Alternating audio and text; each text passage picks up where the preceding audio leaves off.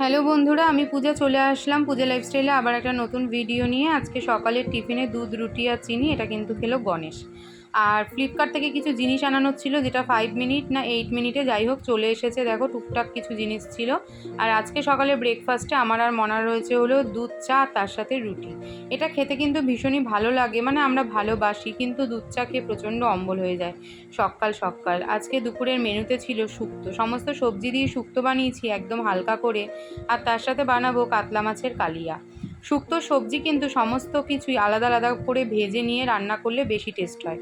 তবে আমি কিন্তু আজকে তেল একদম কম দিয়ে খাবো বলেই সমস্ত সবজি একবারে দিয়েই বলতে পারো ভেজেছি, মানে একদম কম তেলে রান্না করেছি।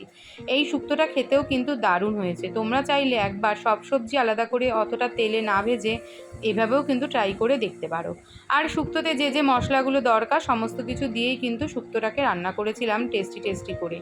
আর এখন রান্না করতে অনেকটাই বেলা হয়ে যাচ্ছে, যেহেতু গণেশ বাড়িতেই রয়েছে, ওর হাতে ব্যথা, তো রান্নার অতটা চাপ নেই সকালবেলা। আর আমার তো সকাল করে টিউশানই থাকে, ওই জন্য সকালবেলা উঠে টিফিনে রুটি তরকারিটা করে পরিয়ে নিয়ে তারপর ধীরে সুস্থে রান্না করছি। তবে প্রচণ্ড গরমে যত তাড়াতাড়ি রান্না সেরে ফেলা যায় ততই কিন্তু ভালো। তোমরা কেমনভাবে দিন কাটাচ্ছ অবশ্যই কিন্তু কমেন্ট বক্সে জানিও। এই গরমে, প্রচণ্ড গরমে স্নান করতে একবার শুরু করলে মনে হচ্ছে না স্নানটাকে বন্ধ করি, মনে হচ্ছে স্নান করেই যাই, সত্যি এত গরম পড়েছে। অনেক দিন পর মুখে একটু ফেস প্যাকটাকে অ্যাপ্লাই করছি। মন ভালো না থাকলে তখন আর সারা শরীরের কোনো যত্ন নিতেই কিন্তু আর ইচ্ছা করে না।